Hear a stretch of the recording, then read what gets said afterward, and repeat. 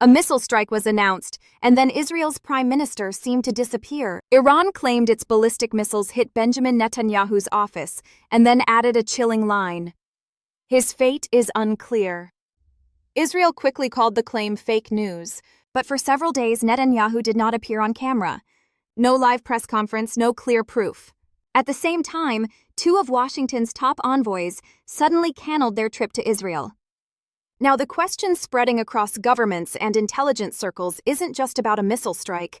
It's something much bigger. What is really happening behind the scenes between Washington and Tel Aviv?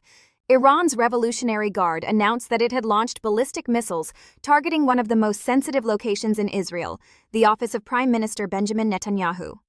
According to the statement, the strike was not limited to a political target. It was also said to be aimed at Israeli Air Force Commander Tor Bar, a key figure in Israel's military leadership, but it was one sentence in the announcement that ignited global speculation. Netanyahu's fate is unclear. The phrase moved rapidly across international media, appearing in breaking news alerts, social media feeds, and military analysis forums almost instantly. For a brief moment, uncertainty gripped observers trying to understand whether a dramatic escalation had just unfolded at the highest level of the conflict. Israel responded quickly. Officials dismissed the claim as misinformation, insisting that the country's leadership remained safe and that no such strike had achieved its intended objective. But in the chaotic early hours after the announcement, concrete details were scarce. No immediate images from the alleged target site appeared. No clear confirmation emerged from independent sources, and that absence of evidence only intensified the speculation. Because in modern conflicts, uncertainty itself can become a powerful force shaping the global narrative.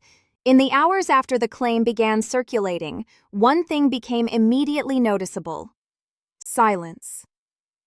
Israel's prime minister did not appear on television. There were no immediate live addresses, no urgent press conferences, and no video statements from government headquarters responding directly to the rumors spreading across the world. For observers watching closely, the absence raised questions. But inside Israel, wartime information controls are strict. The country operates under a system of military censorship designed to limit the public release of sensitive details during conflicts. Reports about damage to critical facilities, military positions, or leadership security are often tightly restricted. Journalists must submit certain reports for approval before publication. Images from strike locations can be delayed or blocked entirely. These rules are intended to prevent valuable information from reaching adversaries in real time. But they also create something else, an information vacuum. And in modern conflicts, information vacuums rarely stay empty for long. As the hours passed, without clear visual confirmation or a direct public appearance from Netanyahu, speculation began spreading rapidly across international media and social platforms. Rumors multiplied. Analysts debated possibility. Because when information is tightly controlled during wartime, uncertainty can quickly become one of the most powerful forces shaping the global conversation. As speculation continued to swirl, another unexpected development added to the uncertainty. A high-level diplomatic visit from Washington to Israel suddenly disappeared from the schedule. Two senior U.S. envoys, Steve Witkoff and Jared Kushner, had been expected to travel to Tel Aviv for meetings with Israeli leadership. Both figures had previously played important roles as diplomatic intermediaries between Washington and key actors across the Middle East. Their visit was supposed to be part of ongoing discussions about the direction of the conflict, but then without warning the trip was canceled. No detailed explanation was offered. The visit simply vanished from the diplomatic calendar. Israeli media outlets, including Channel 12 and the Jerusalem Post, confirmed that the planned meetings would not take place. The timing immediately raised new questions. The cancellation came just as reports about the alleged strike on Netanyahu's office were spreading across international media. At the same time, analysts had already begun noting signs of tension between Washington and Israeli leadership over how the war was unfolding. Diplomatic visits at this level are rarely canceled without a reason. And when they are, the silence surrounding the decision can sometimes speak louder than the meetings themselves. For observers watching the crisis unfold, the sudden disappearance of the visit added yet another layer of mystery to an already volatile situation. Behind the military headlines, a quieter tension was beginning to surface between two of the closest allies in the region. Washington and Tel Aviv were no longer perfectly aligned.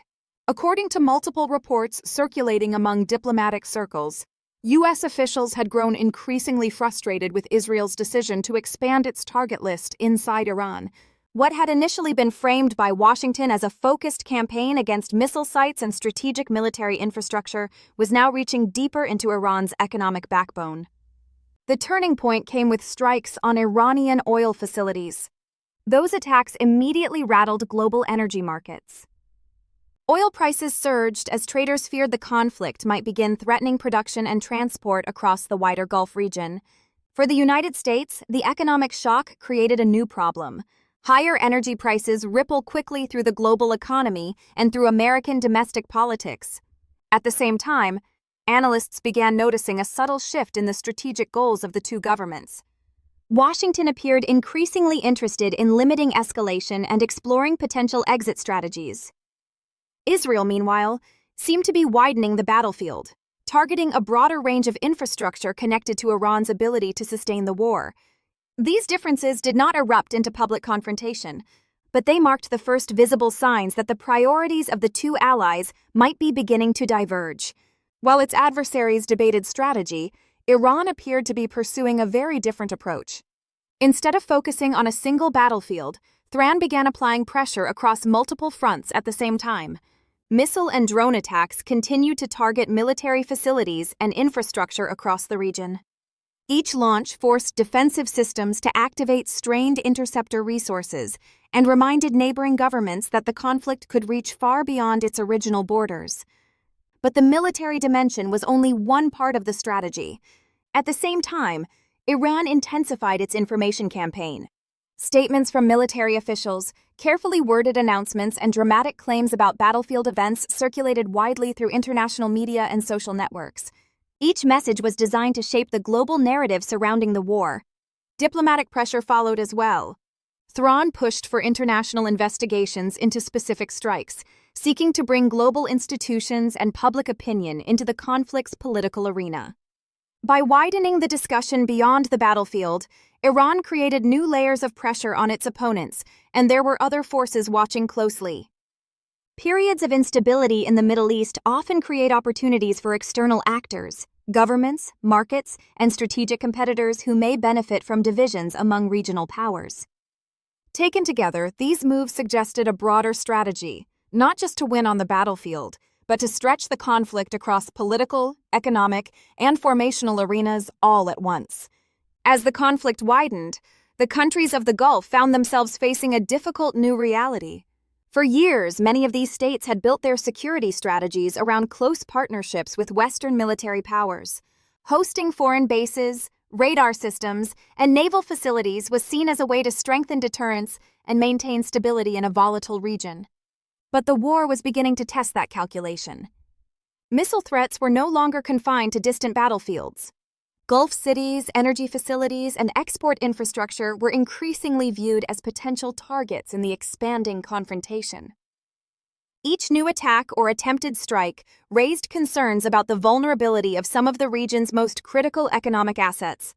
Energy infrastructure sits at the center of these work. Oil terminals, refineries, and liquefied natural gas export facilities form the backbone of Gulf economies. Even limited damage or temporary shutdowns can ripple through global markets, while also placing enormous financial pressure on the countries that depend on those exports. Behind closed doors, quiet diplomatic conversations have reportedly begun. Officials across the region are reassessing long-term security arrangements and weighing the risks of deeper involvement in the conflict. One sensitive question now looms in the background of these discussions: whether continuing to host foreign military installations could eventually expose these countries to even greater danger. As the war intensified, another battlefield began to emerge, one that did not involve missiles or airstrikes. It was unfolding inside the alliance itself for the military campaign to function effectively. Coordination between the United States and Israel remains essential. Intelligence sharing, logistical support, and regional deployments all depend on the stability of that partnership. But as the conflict has expanded, signs of tension between the two governments have become increasingly difficult to ignore. Differences in strategy can create cracks, even in the strongest alliances. Washington appears focused on limiting escalation and preserving regional stability, particularly as global markets and diplomatic relationships come under strain. Israel, facing direct attacks and mounting pressure at home, has shown signs of pursuing a broader military campaign designed to weaken Iran's long-term capabilities. Those two priorities are not always identical, and alliances depend on alignment. The stakes extend far beyond political disagreements. Regional bases, supply networks, and military cooperation across the Middle East rely heavily on a unified coalition. If that unity begins to weaken, operational coordination becomes far more complicated. Meanwhile, Iran has spent years preparing for a long confrontation, building networks, strengthening missile forces, and developing strategies designed to pressure coalitions over time, which leaves one central question hanging over the entire conflict. Not simply who will win the next battle, but whether the alliance itself can hold together long enough to fight the